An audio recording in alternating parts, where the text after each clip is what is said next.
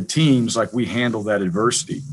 And I go back to 2010 when we were playing against Virginia Tech, and we pull out of the hotel parking lot and the rear end of the bus drops out completely and the bus is down. And the offensive guys jump off the bus, jump on the defensive bus, that thing's rocking all the way to the stadium. And that was a little bit of our rally cry that year, was just adversity. You know, we had a really good team. We had a lot of success. And so anytime we had a challenge, it was an opportunity for us to face it. And I don't know that enough about this team. We haven't necessarily, besides COVID and what we've had to go through to get to this point. We'll see how we handle whatever adversity comes along with just getting there. And then obviously our opponent, playing at Air Force. That's not an easy place to play for us. And I think our guys understand that. And so we have tremendous respect for Air Force, their players, their coaches, and we've got to make sure that we're ready to go out there and play our best football, because we know what type of team they are. And I think we're capable of doing that, but we have to see how we handle the success from this last game leading into this week. And when we leave and head to play, we'll find out, you know, where our minds are at that time. Especially early on Saturday, we saw that John Bates and Riley Smith were a big part of the game plan. After the game, Hank Bachmeier called the tight ends a safety valve for a quarterback. As a former quarterback yourself, what is it that makes a tight end such a safety valve, and how do you see John Bates filling that role this year? I don't think Bates would call himself a safety valve. I think, and I know what Hank means, those guys, they got a great relationship. I think those tight ends, you know, for so many years, and I go back to when I coached the tight ends, we've just done so many things with that position. I kind of call them the glue to the team, and really certainly the offense, because they're in between O linemen. They play tailback a little bit. They play wide receiver. They do everything. And John Bates is a really good player, and he's really smart. And Riley Smith is coming along, and I think you can see his potential. Ty Neal Hopper is getting much, much better, and he's going to be a really good player for us. So that group, the chemistry of that group, some of the things that we do offensively that might give us some type of advantage with that position, you know, we're always trying to find if we can. And we were able to utilize the tight ends this last game, which, you know, we hoped that we could do that. We're always trying to go in the game plan with some type of tight end play, maybe several of them. It's just a matter of whether it gets covered or not. And John made some really good plays. Riley had the catch. Riley had another opportunity on a play, but Helani decided to score on it. So that was good. But I think that group, and I think what Coach Riddle is doing with that group, and I think just the intelligence of that group that gives us the opportunity to do the things offensively we want to do is key. Bryan, we saw the creativity on offense, obviously, with some of the end arounds with Shakir and CT, and we saw Sears getting involved. And it just seems like you guys have so many versatile weapons on offense that will allow you to do a lot of different things. I guess just if you could talk to that and how your personnel helps you guys this year, maybe in particular with some of the skill position guys to do a lot of different things offensively. Well, I would say, BJ, I think our players create the versatility, because if they didn't deserve to play, we wouldn't play them. So it's not like we're just trying to do that because that's what we want to do. We're doing that because Jack Sears deserves to play, because we're trying to get some more guys involved that we felt like had really good camps and we feel like will help us. So I think the versatility comes from our guys competing to play and be on the field. And that was part of the message on Sunday. Like, nothing's set in stone.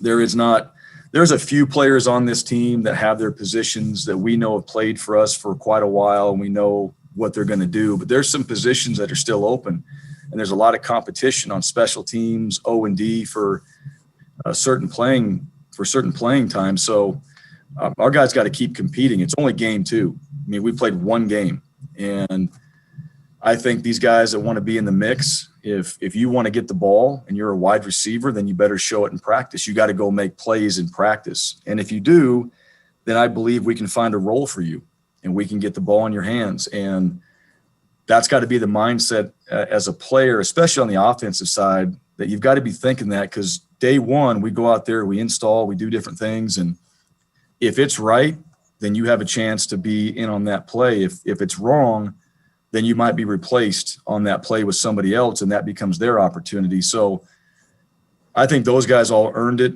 and that's why we had the variety. I thought Coach Keesaw, and just going back to the offensive game plan, I thought he and the staff did a really good job putting guys in the right positions. Third quarter, we wanted to start faster. We didn't. They know that. How do we correct it? That needs to be a focus. Obviously, this week, regardless of the score coming out of half, we want to start faster. And hopefully we keep utilizing our personnel if they keep deserving to be out there. And then that gives us variety in this offense. And if you go back and look over the years, when we've had multiple players touch the ball in a game, we're usually pretty explosive. We're usually pretty good offensively, and we score some points. And so I hope that continues. And we've told that to our guys. We're better off when there's multiple players that touch the ball, but we're just not going to do that if you don't deserve to touch the ball. And I think it's really up to them. Then my other question, two areas going into the season that had a lot of turnover, the offensive line and the defensive line. Just wondering if you could touch on what you saw from both of those groups. They both looked to play pretty well. They played well. I think that we can play better. It was good to get the 4 on the defensive line working together and a little bit of a rotation. It's good to get the 5 on the offensive line working together. But I think that position, those position groups, they're key to our success. Those guys know that. And we did some really good things on the offensive line, and at times we did some things that we're capable of doing much better. D-line, I thought Utah State started to run the ball on us a little more effectively, and I believe that we're better than that. I believe we're better than that, and I believe that we can stop the run better than what we showed. Now, we did eventually. I think we swelled up and did what we had to do, but just some more consistency up front on the D-line. And the same goes for the offensive line too. I just feel like those two position groups, I'm proud of those guys, but those guys know that we have to pick it up, especially as we go on. And Air Force is a whole different animal now. The triple option's different. They're going to run the ball, so that's known. And we have to cover, obviously, when they do throw it, because I believe their quarterback, Daniels, can spin it. And watching him in the San Jose State game, he can throw it, and he throws well, and he can be on target. But we're going to have to do a great job on the D-line to eliminate the run game. And then offensive line, Air Force is always a problem up front. They move, they do different things, and we've got to be able to keep those guys covered in order to run the ball. And we'll find out how much better we get this week from having some experience in the last game and how that carries over into game 2. Jay Tuss from KTVB, and then we've got Paul J. and Pat Graham. Bryan, after the game, you said that you feel like this team has really good chemistry. I'd ask you what you did differently this offseason, but that's probably everything. So what do you credit for that? What is behind that with this team that you feel like they are so connected right now?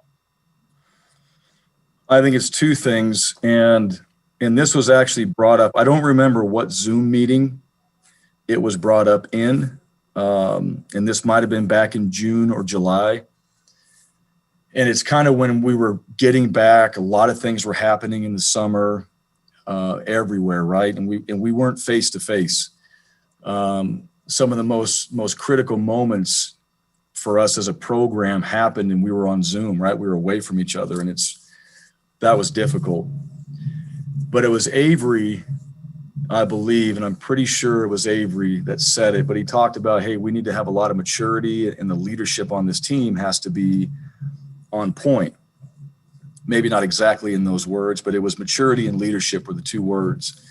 I think that's been one of the keys so far to why we had success, right? Practice success, who cares about that, right? It shows up in a game, and we actually won a game. And I think because of the maturity and the leadership, and I think that's helped build the chemistry on this team. So we don't have a lot of guys that pout. I know guys get disappointed. Everybody wants to play. There's 11 guys on the field. You got 74 on the team, right? So everybody's not out there. But if you just work hard and you earn a spot, special teams, O&D, whatever it is, and you deserve to play, we'll try really hard to get you on the field if you can help us. And I just feel like we don't have a lot of guys that pout and have been issues from that standpoint. So I think the maturity level is pretty good. And then I think our leaders on this team and guys that I've mentioned, not just our captains, but guys that have stepped up and have led this team, they've also done a good job because they believe in what they're doing. And I think when you believe in what you're doing as a leader, people will follow you. So to me, those two things have stood out. And I do feel like the chemistry on this team is pretty solid.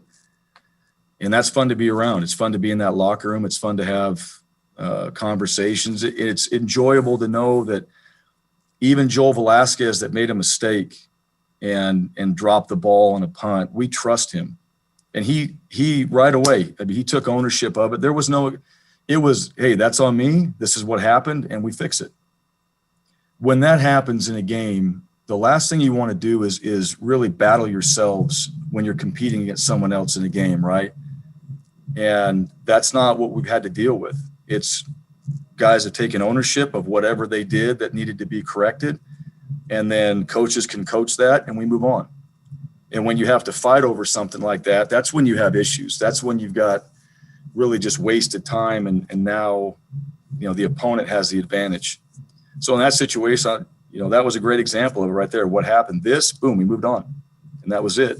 And we knew what had happened. So that was something that was it the protection? Was it something else? And to me, that's the maturity and leadership right there. That's a guy that's been here that just says this is what it is. And then you got a guy like Jonah that goes out there and kicks, and those older guys take care of him. And, his first college start, I told you a story about him, and, I think those guys were all excited for him. So they picked him up, and all he had to do was just kick the ball. And so everybody else kind of handled the pressure of making sure that he was okay to do that. To me, that's a good sign of things on a football team. We've long known that you're a big book guy and that you get a lot from reading. You mentioned this after the game, though, did you actually teach a class, though, this summer? And was that an unofficial or official class? And how many of your guys were a part of it?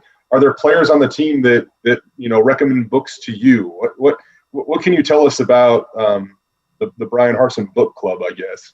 Yes, well, it wasn't an official class, and I don't think it should be. I don't know how well I've done as an instructor. You could ask those guys, but I thought, it was consistent. Let me say that. We read Chop Wood, Carry Water. All right, if you guys have ever read that, it's simple, it's easy. I mean, it's 3-4 pages a chapter. And during the time when the young players were here, they usually have class and a lot more things to do. Well, they didn't have all that. So, I mean, part of it started off like, how do we occupy their time? How do we keep them busy? And, we came up with this book club. And it ties into, yes, I do talk about books, and these players know if they're interested in the book, I'll help them get it. And, they just got to come to me. That's all they got to do. If they want something and they're interested in something, then, we'll do what we can to help them to find that. And I believe, and they're busy.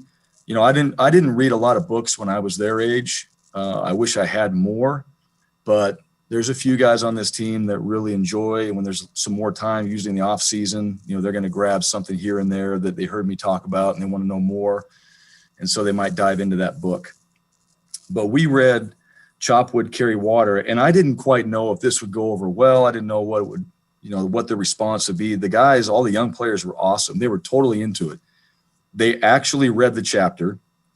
They actually had really good insight from what they thought. And there was good conversation that came out of it amongst each other, which to me, I think that is an example of a successful class. And then they all wrote a one-pager at the end on what did they learn from the book. So I just made it simple. It wasn't 500, 600 words. It was just one page, 12 font. All right. 1.5 spacing. Don't try to mess with that. All right. Just do it this certain way. And then I was able to read those, share them with the coaches. And I think the guys all enjoyed it. They seemed to have a good time with doing that. So that might be something now because of COVID that we end up doing more of moving forward and incorporating that into kind of our summer bridge program. as long as the time's there, right? But it worked for this year, and I actually enjoyed it a lot more than I thought, and I thought they did as well. And then probably half of the guys in there said that was really the first book they've ever read, right? And I mean, it's true, because imagine how many books you read up to that age. Really, probably didn't finish many. So they were like, that's the first book. They enjoyed it. So maybe that sparks something down the road that will help them. All right, Paul J., and then Pat Graham with the Associated Press. Paul J., you're muted.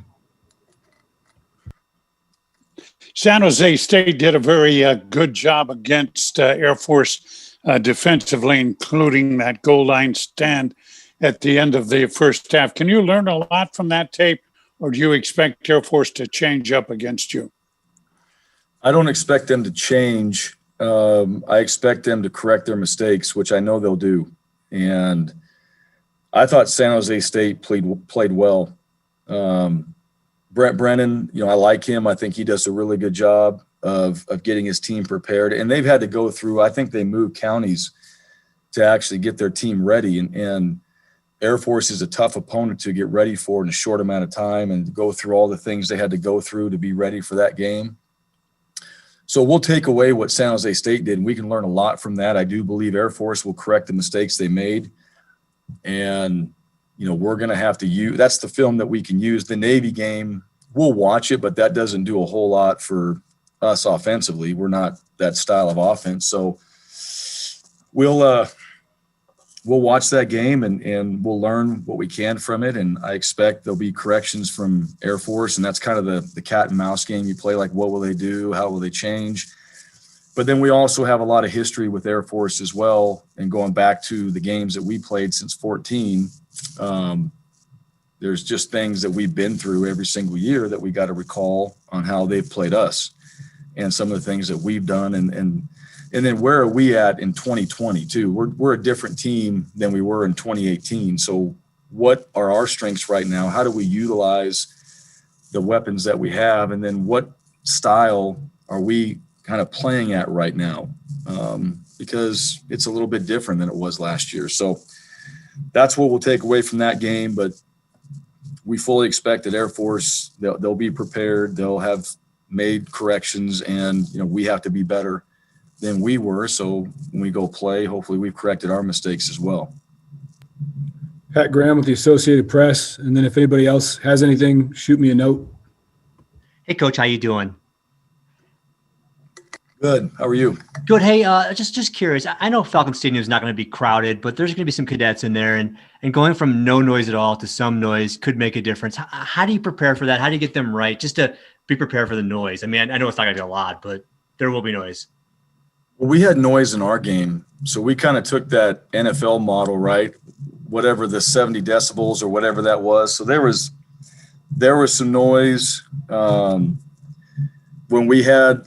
And that's another Bronco first down. There was nobody echoing it. So the guys that were sitting in the stands on our team, they tried, but most of them are new, so they had no clue what they were doing. I think they're better at it now. So we did have some noise, but people in the stands, I think it's going to be great. And that's one of the neat things about playing at Air Force, the cadets and just the environment. When there's more people there, it's better.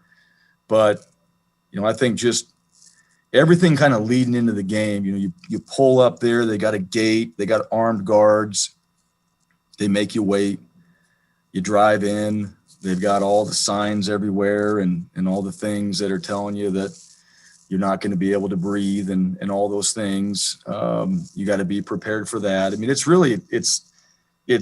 a neat environment. And then you have the cadets out there. And I think that's what makes it special when you're playing a team like Air Force and you play at their place. Is what those cadets bring. So that'll be good to have them in the stands. And, I think the rest of it, we'll go out there once the ball is kicked off. We're just playing football, but, to have people there, I think that's progress for us all. Take one from Bob Beeler.